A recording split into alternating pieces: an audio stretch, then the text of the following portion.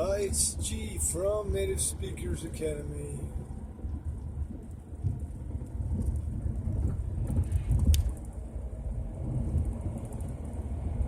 TGIM, thank God it's Monday.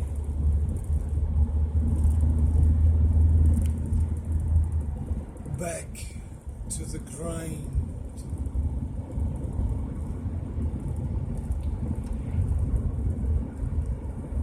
And an exploration of life's lessons. Some learned, some studied, and what is to come is to come.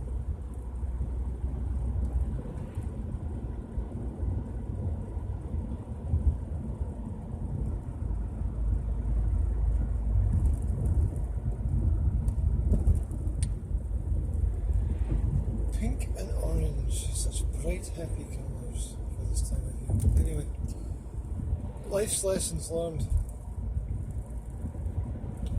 There are a hell of a lot of things that I've learned from the people that I don't really like very much. And I guess the Slovaks would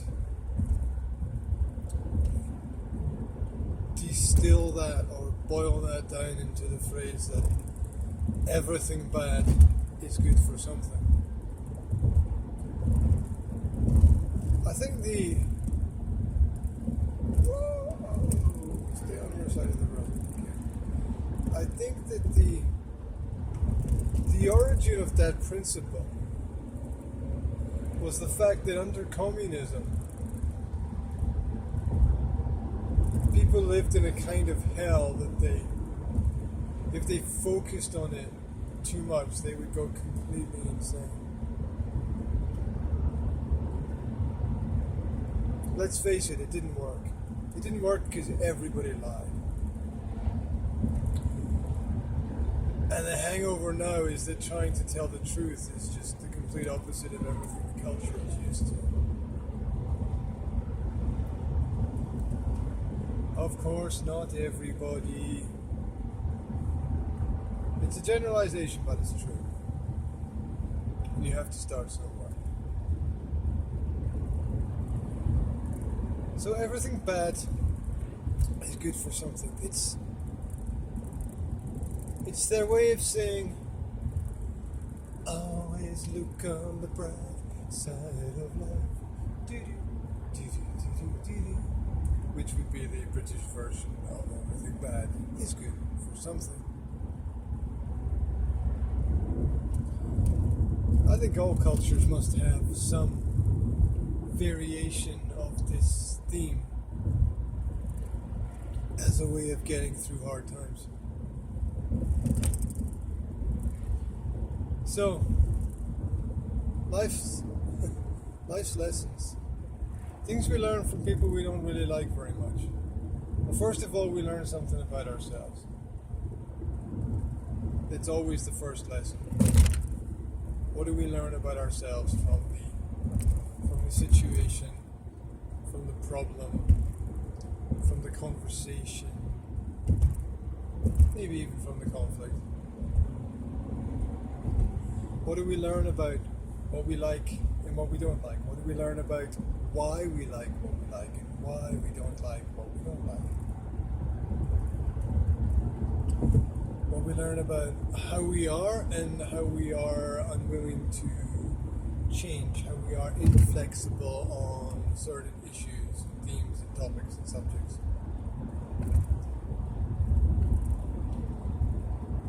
And the second thing that we learn, the second lesson is there's another way.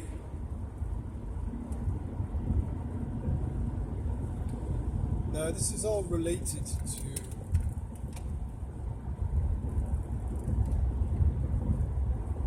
the fact that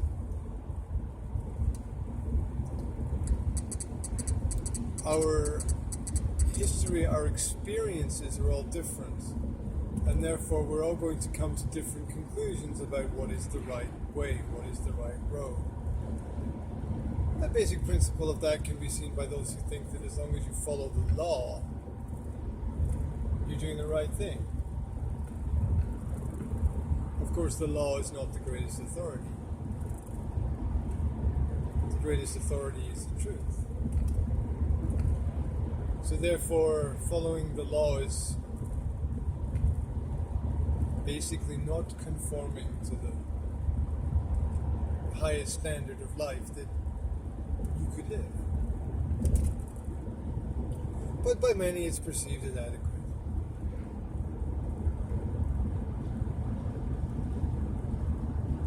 And the rule of law and the resolution of conflict through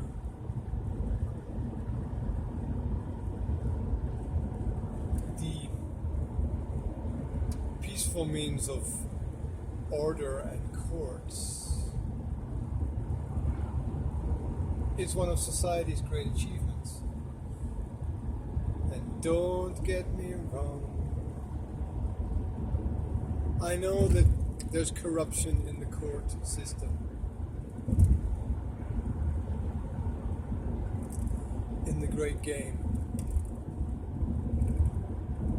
I know there are friendships, relationships, partnerships. There are even false court systems, not even real systems. People believe that when they go to court that they're in some form of lawful and legal. And there's a difference, of course, between lawful and legal system. But things like, in a lot of countries, the family court systems that deal with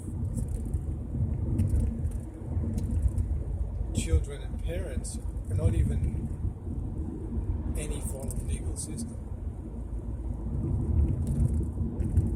Also, some of the financial debt systems. Slovakia had this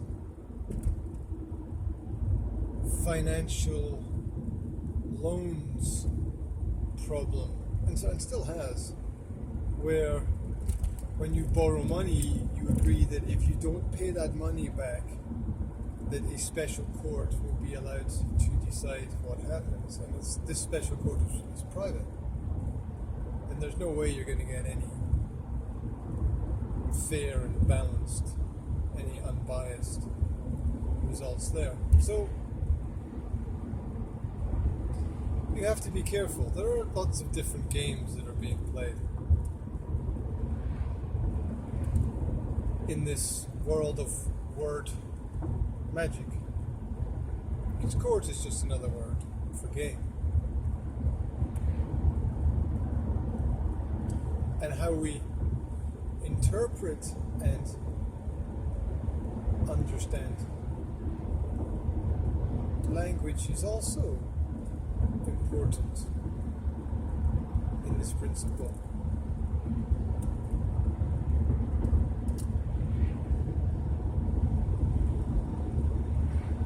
When you're in a court of law, why is there a gate that you have to pass through? Why is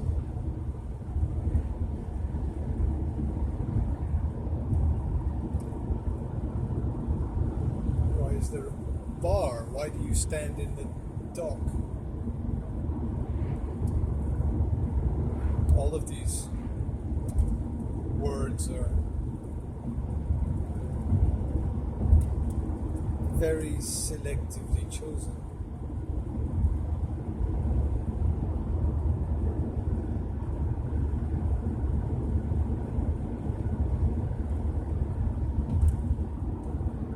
Few things in the great construct of things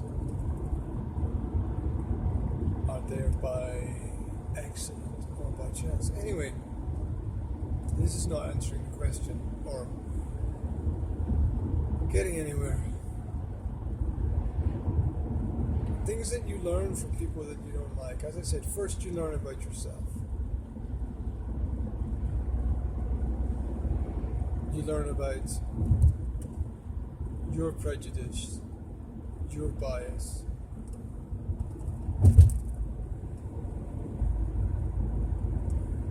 And these are hard lessons.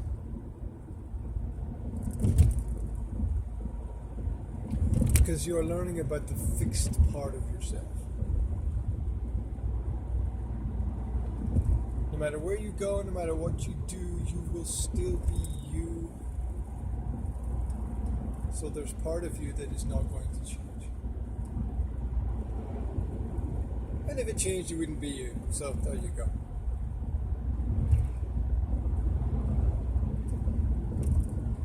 And the second lesson is that there's another way to do things.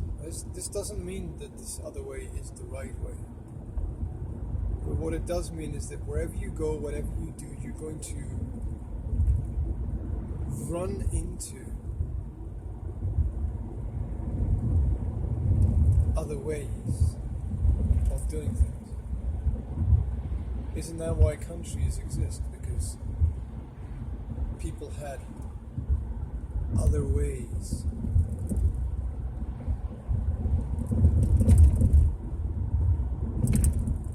Other methods.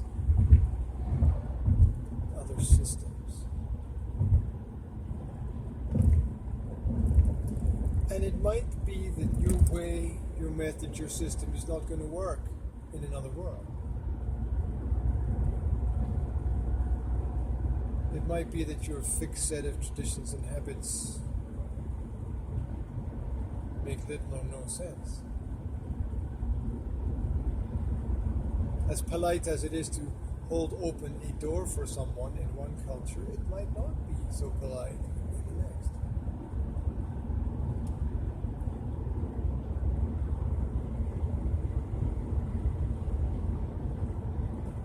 There are these things to understand. So that's a bit abstract. Let me try to find some more concrete principle. I think the principle of consequences is one thing that's important to understand.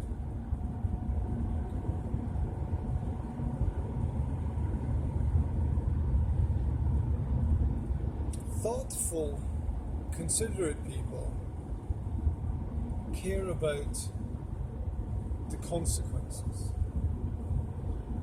the fallout, as we could say. That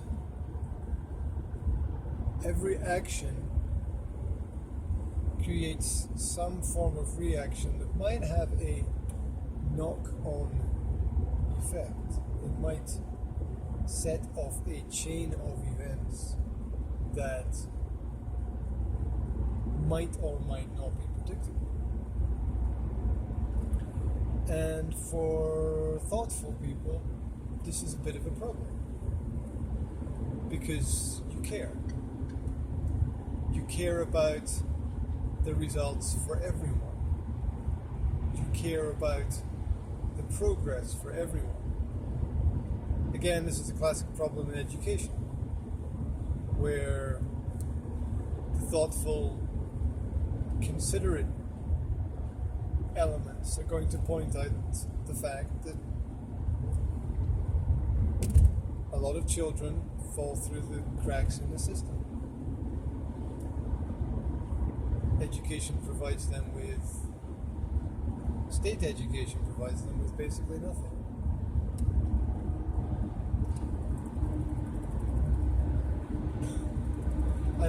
And I'm fighting against myself to say this, but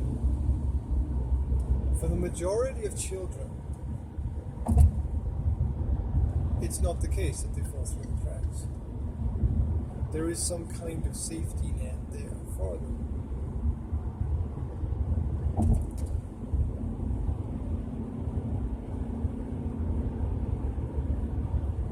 And so, for careful, considerate people, they're going to be worried about those who don't make it.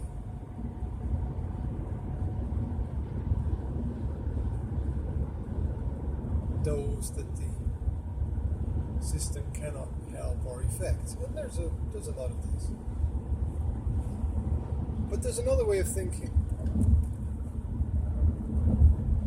which is to deal with the consequences as they happen and as they arise.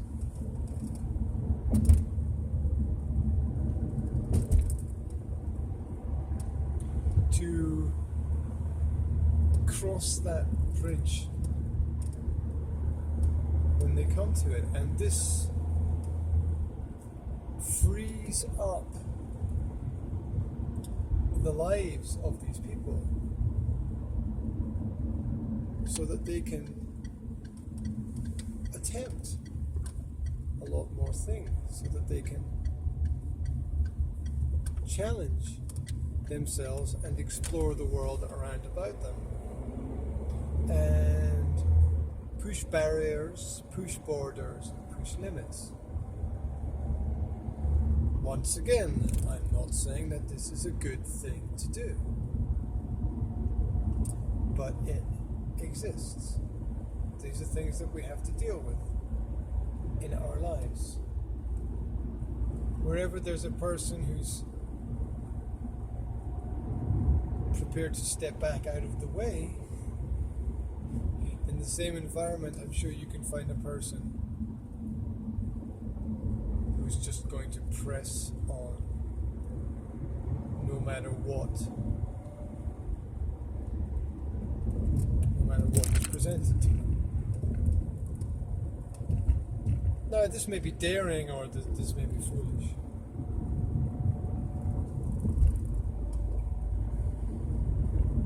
Each situation has a little bit of individual merit within its boundaries.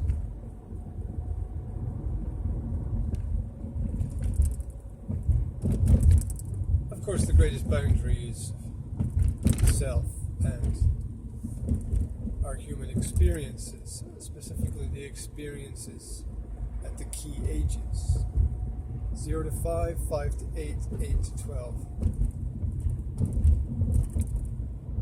Beyond the age of 12, we experience an extreme slowing down in terms of development.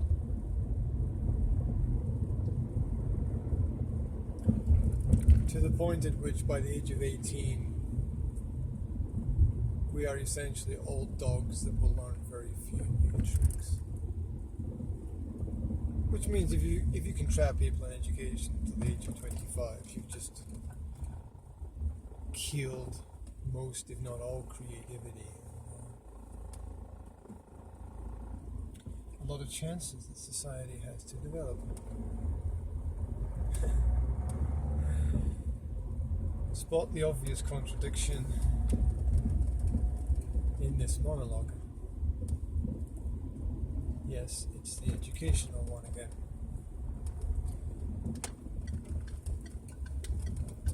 So, each time that we meet resistance,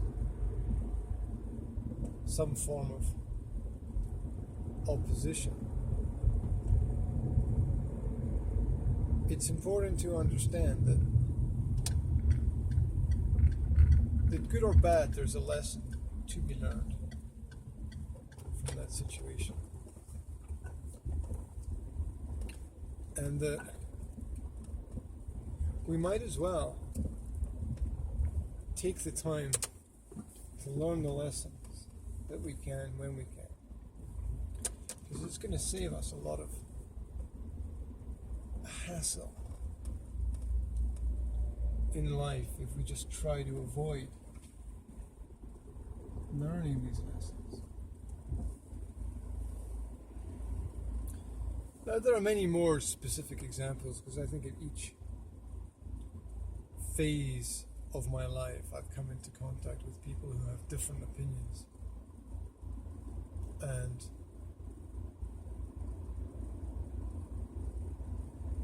it was necessary to distance myself from them.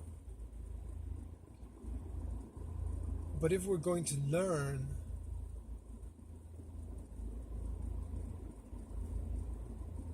we need to understand that